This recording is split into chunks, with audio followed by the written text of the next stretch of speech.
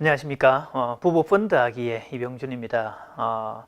부부 사이에 펀을 더하는 작업 중에 방해가 되는 요소가 자녀가 아닐까 하는 생각을 해보는데요. 자, 요즘 자녀 문제 때문에 상담 요청 오는 경우가 부쩍 많아졌습니다. 근데 조금 양상이 달라졌죠. 사실 그래서 어린 아이들은 어떻게 좀 해보겠지만 다 큰 아이들을 어떻게 할까 여기에 대한 고민을 하다가 지난 5월에 책을 냈는데요. 이름하여 다 큰 자녀 싸가지 코칭이었습니다. 자, 이 책이 나가고 난 다음에 우리 부모님들의 매일매일 아주 쇄도하고 있는데요. 자, 그 내용을 좀 보면서 사춘기가 많이 내려왔구나 하는 생각을 해봤습니다. 예전에는 사춘기가 최소한 고등학생 정도 됐는데요. 요즘은 중학생들 다루기가 가장 어렵다고 하지요. 머지않아서 초등학교로 내려갈 추세입니다. 이미 또 초등학교 고학년들 다루기 만만치 않다고 얘기하지요. 자, 그런데 그분들이 요청하는 그 싸가지 없는 행동들에 대한 내용들이 이런 것들입니다. 혹시 들으시면서 우리 애도 해당되지 않을까 한번 잘 점검해 보시기 바랍니다. 이런 거였습니다. 감사라고는 털끝만치도 없다. 불평불만만 가득하다. 욕설이 일상용어라서 부모한테도 꺼리낌 없이 쌍욕을 한다. 한없이 게으르다. 정리정돈은 모른다. 지각을 밥 먹듯이 하고 약속을 제대로 지키지 않는다. 무단결석을 하고 뱀파이어도 아닌데 햇빛을 피해서 이불 속에 숨고 밤이 되면 부활해서 밤새도록 돌아다니거나 게임에 몰두한다. 자, 몸을 움직이는 거 싫어하고요. 어육이라고는 없고 눈에 초점이 사라졌고 자기밖에 모르고 잠시도 찐득하게 앉아있지를 못합니다. 손에서 휴대폰을 놓을 수가 없고요. 부모를 심지어는 종처럼 부려먹기도 하고. 자, 그런데 이런 아이를 좀 꾸중하려 치면 해코지가 두려워서 꾸중하기도 두렵습니다. 또 일을 시키면 내가 왜 이렇게 바락바락 대든다는 거지요. 이거 피해자 증후군이라고 합니다. 자, 또 심한 경우는 부모를 폭행까지 하고 폭언까지 하는 경우는 일상이 돼버렸고요.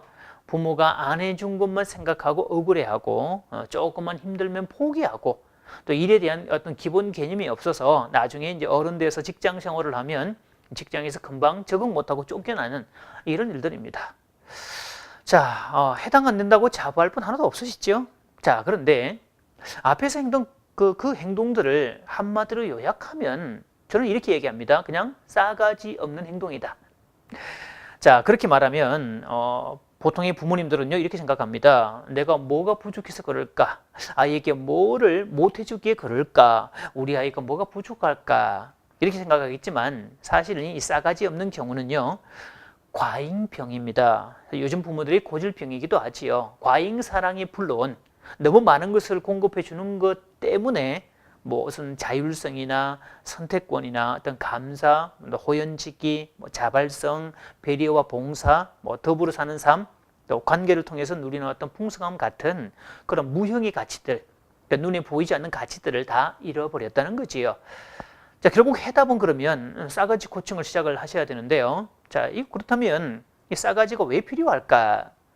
이 싸가지는요, 다 큰 자녀로 하여금 성공하게 도와주고 또 궁극적으로 행복을 느끼도록 만들어주는, 즉 성공과 행복이라는 두 마리 토끼를 다 잡을 수 있는 그런 방법이 되겠습니다. 자, 그런데 그 구체적인 내용들은 앞으로 계속 설명을 드릴 건데요. 자, 일단 싸가지 코칭을 시작하기 전에 일단 부모님들께서 태도 변화를 가지셔야 된다는 점을 말씀드립니다. 이 이야기를 들으셔야 왜 싸가지 코칭이 필요한지 아시게 될 겁니다.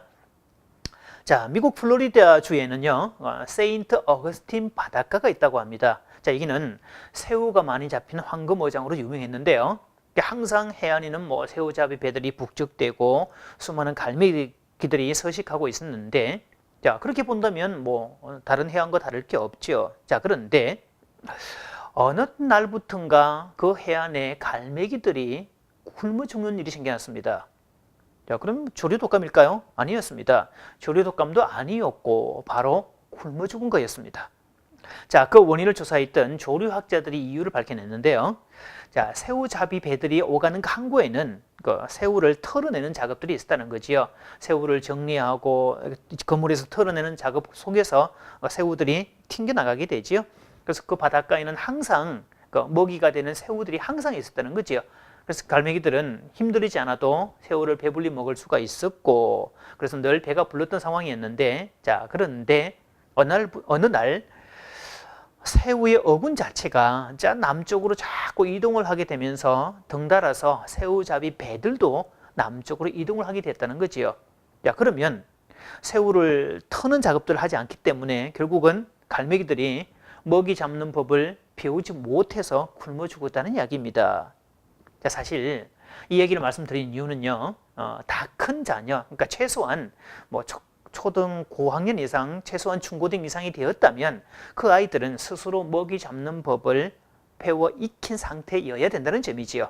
자, 그래서 못 따준 사랑 때문에 가슴 아픈 부모들, 우리 아이가 적어도 중고등 이상인데 그동안 못 해준 게 가슴 아픈 분이 있거들랑, 이런 분은요, 싸가지 고충의 주제가를 부르셔야 됩니다. 싸가지 고충의 주제가는 이거였습니다. 아, 사랑은 이제 그만. 감사합니다.